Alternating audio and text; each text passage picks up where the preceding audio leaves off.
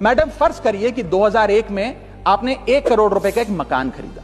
वो मकान की दर 6% के हिसाब से बढ़ती गई, उसकी वैल्यू। वो आजकल राघव चड्ढा जी का एक वीडियो बहुत वायरल हो रहा है।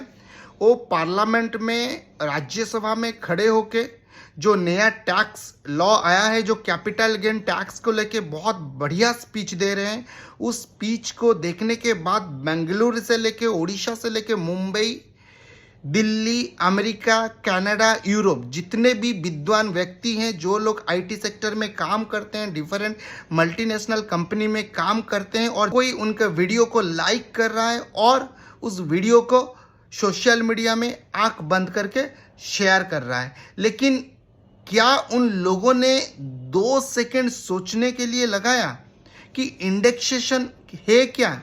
जिस इंडेक्सेशन के बारे में वो बात कर रहे हैं वो है क्या? जो फिगर्स उन्होंने आपको दिखाया उनके एग्जाम्पल में, क्या वो सब फिगर्स करेक्ट है? क्या वो फिगर्स सही है, या उन्होंने आपको जितना भी फिगर्स दिए उसको मैनिपुलेट करके दिए? क्योंकि उनका ये ऑब्जेक्टिव था कि आपको मिसगाइड करना है। चलिए इस वीडियो में डिटेल समझते हैं।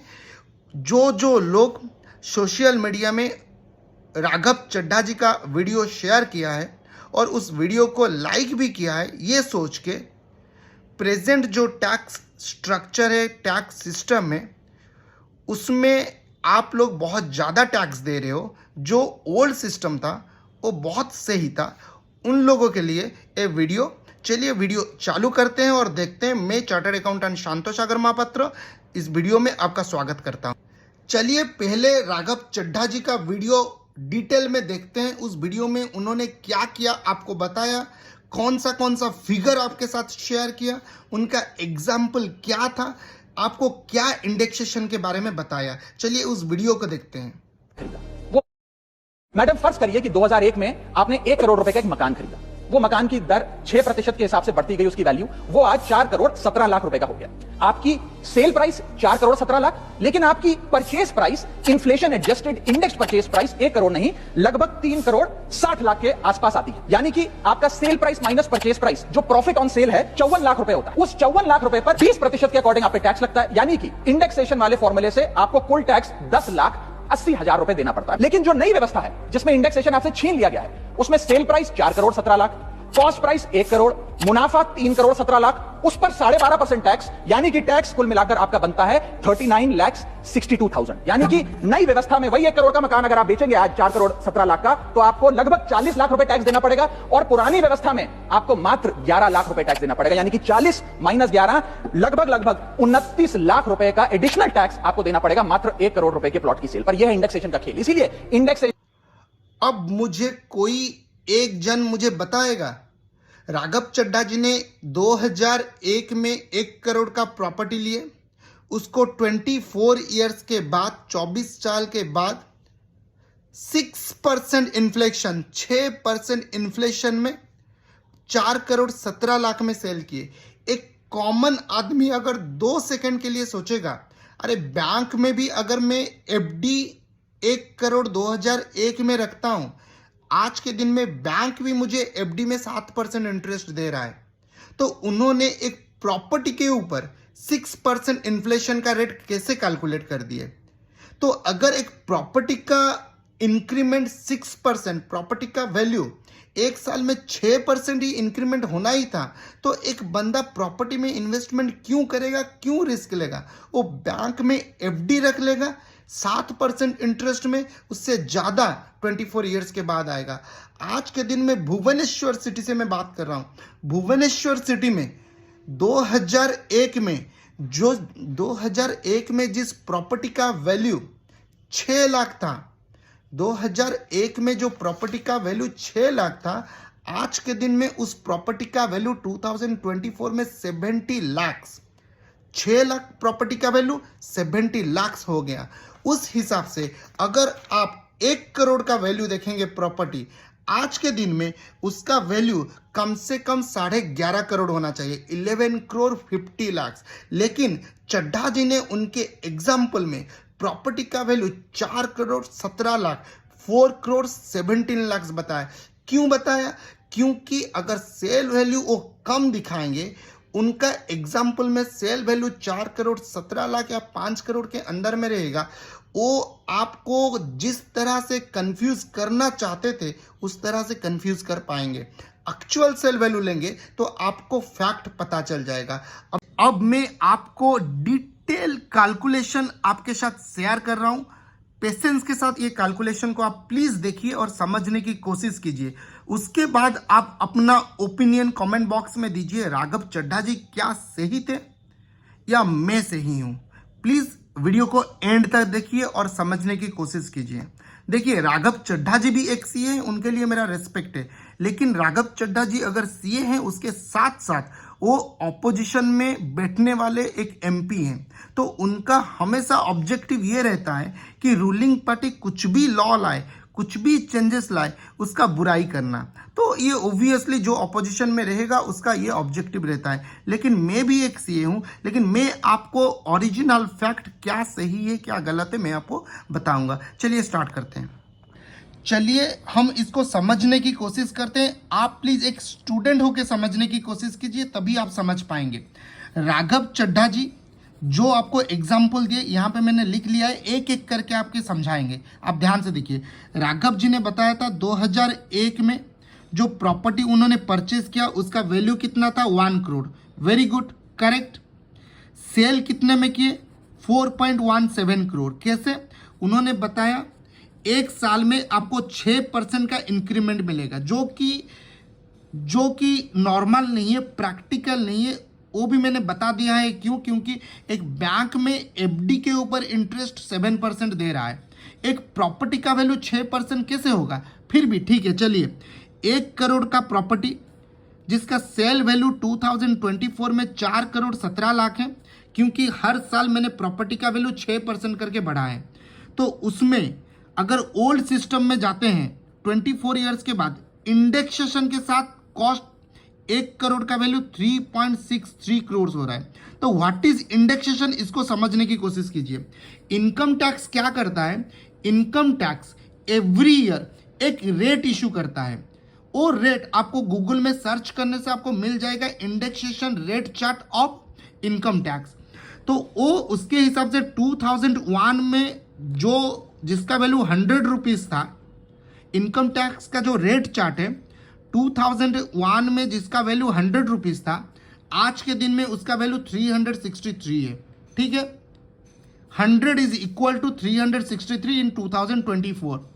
तो उसको अगर बेस लेके कैलकुलेट करें, 1 करोड़ का वैल्यू 2021 में, आज के दिन में उसका 3.63 करोड़, 3 करोड़ 63 लाख होना चाहिए। अगर तो ओल्ड सिस्टम में हम इसको कॉस्ट ले लेते हैं, ये सेल वैल्यू हो गया, तो मेरा प्रॉफिट हो गया 54 लाख, राघव जी ने बताया। ठीक है, टैक्स 20%, तो 10,80,000 का टैक्स राघव जी ने बताया ओल्ड सिस्टम में। Very good. अब न्यू सिस्टम की बात करते हैं। न्यू सिस्टम में कॉस्ट 1 करोड़ है, जो प्रॉपर्टी मैंने 2001 में परचेस किया था, लेकिन मुझे इंडेक्सेशन का जो इन्फ्लेशन है यहाँ पे नहीं मिलेगा, जो कि बहुत गलत है राघव जी के हिसाब से। ठीक है, सेल कितने में किए? 4 करोड़ 17 लाख में। Very good. प्रॉफिट कितना है? 3 करोड़ 17 लाख। टैक्स 12.5% के हिसाब से 39,62,000 आप टैक्स दे रहे हो प्रेजेंट न्यू सिस्टम में, जो कि बहुत घटिया है, राघव जी ने बताया।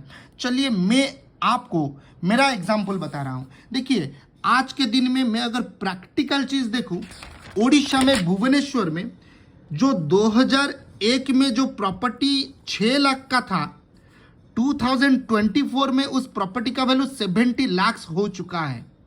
तो आप एक प्रॉपर्टी का वैल्यू का जो रेट हर एक साल ऊपर चढ़ता है, उस वैल्यू को आप बैंक इंटरेस्ट के साथ कंपैरिजन नहीं कर सकते।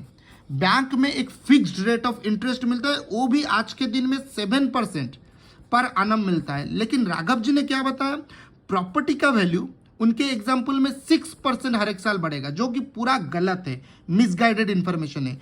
अगर प्रैक्टिकल फैक्ट को लेके चलेंगे, भुवनेश्वर सिटी में 2001 में 6 लाख का प्रॉपर्टी जिसका वैल्यू 6 लाख था, 2024 में उसका वैल्यू 70 लाख हो गया। अगर उसके हिसाब से चलेंगे, अगर मेरा प्रॉपर्टी का वैल्यू 1 करोड़ था 2001 में, 2024 में उसका वैल्यू कितना हो गया? 11.66 करोड़, 11 करोड़ 66 लाख हो गया। तो मैं 2024 में जब प्रॉपर्टी को सेल करूंगा, कम से कम इतने में ही करूंगा, इससे कम में तो नहीं करूंगा। चलिए आप देखते हैं, अगर मैं प्रॉपर्टी को ओल्ड सिस्टम, अभी ध्यान देके आप देखिए, ओल्ड सिस्टम में जहां पे इंडेक्सेशन रहता है, 1 करोड़ का प्रॉपर्टी मैंने भी परचेज किया था 2001 में, 2001 में ईयर में 1 करोड़ में परचेज किया था। इंडेक्सेशन के साथ उसका वैल्यू भी 3 करोड़ 63 लाख से, जो कि चड्ढा जी का था। लेकिन मैंने सेल कितने में किया? 11 करोड़ 60 लाख में 24 ईयर्स के बाद, जो कि प्रैक्टिकल है। मेरा प्रॉफिट कितना हुआ? 7.97 करोड़। प्रॉफिट 7 करोड़ 97 लाख हुआ ओल्ड सिस्टम में। मेरा टैक्स कितना आ रहा है ओल्ड सिस्टम में? 1.59 करोड़, 1.59 करोड़ ओल्ड सिस्टम में। प्लीज ध्यान दीजिए। अभी न्यू सिस्टम में क्या हो रहा है? न्यू सिस्टम में कॉस्ट 1 करोड़ है, उसका इंडेक्सेशन मैंने किया नील, क्योंकि न्यू सिस्टम में जो घटिया बोल रहे हैं लोग, उसमें इंडेक्सेशन 0 है। लेकिन सेल प्राइस तो सेम है, क्योंकि चड्ढा जी का भी वही सेम था 1 करोड़, लेकिन वो सेल प्राइस बहुत कम दिखा दिए थे, क्योंकि उनका ऑब्जेक्टिव ये था कि लोगों को मिसगाइड करें। मेरे एग्जांपल में मैंने सेल वैल्यू 11 करोड़ 60 लाख ले लिया। अभी प्रॉफिट कितना हुआ मेरा? 10 करोड़ 60 लाख। अभी अगर न्यू सिस्टम में मैं टैक्स दे रहा हूं 12.5% के हिसाब से, मेरा टैक्स हो रहा है 1 करोड़ 32 लाख। ओल्ड सिस्टम में टैक्स हो रहा था 1 करोड़ 59 लाख, न्यू सिस्टम में हो रहा है 1 करोड़ 32 लाख। मतलब बहुत कम टैक्स में दे रहा हूं न्यू सिस्टम में। इसका मतलब न्यू सिस्टम ओल्ड सिस्टम में बेहतर है। लेकिन क्या?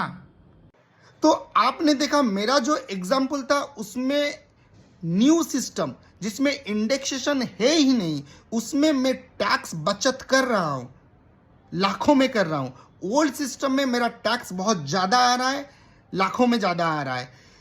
तो अभी आप मुझे बताइए, राघव जी सही थे या मैं सही हूं? अगर आप मुझे पूछेंगे, ना राघव जी सही थे ना मैं सही हूं, क्योंकि मैंने भी जो आपको बताया वो भी एग्जाम्पल है, लेकिन मैंने मेरे एग्जाम्पल में प्रैक्टिकल फिगर्स को लेके आपको शो किया।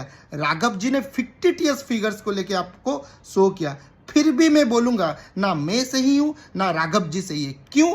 क्योंकि टैक्स जब भी कैलकुलेट होता है प्रॉफिट के ऊपर होता है लॉन्ग टर्म में, और प्रॉफिट के लिए आप प्रॉपर्टी कितने में सेल किए हो और कितने में परचेज किए हो, दैट इज इंपॉर्टेंट।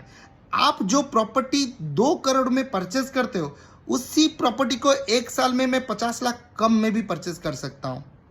आप जिस प्रॉपर्टी को 2 करोड़ में सेल कर रहे हो सकता है मैं सेम प्रॉपर्टी को 3 करोड़ में सेल कर दूं।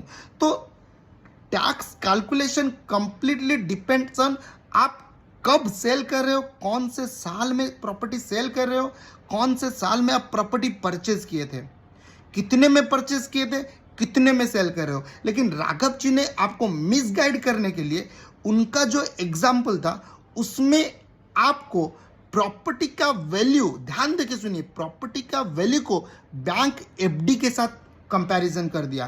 बैंक एफडी 1 करोड़ का वैल्यू 24 ईयर्स के बाद 6% के इंटरेस्ट में 4 करोड़ समथिंग हो रहा है। लेकिन प्रॉपर्टी क्या बैंक एफडी हो सकता है? आप खुद सोच के देखिए। तो प्रॉपर्टी अगर बैंक एफडी के साथ सेम है तो लोग आंख बंद करके बैंक में एफडी रखेंगे, प्रॉपर्टी में इन्वेस्ट नहीं करेंगे। तो आप वाइज बनिए। इस वीडियो को अगर आपको लग रहा है इस वीडियो के जरिए आपके साथ कुछ भी मैं इंपॉर्टेंट इंफॉर्मेशन शेयर कर सका हूं, प्लीज इस वीडियो को अपने फ्रेंड के पास शेयर कीजिए, जो अमेरिका में बैठा है, कनाडा में बैठा है, जो इंडियन टैक्स स्ट्रक्चर को गाली दे रहा है। सबको इस वीडियो पहुंचाइए और समझदार बनाइए।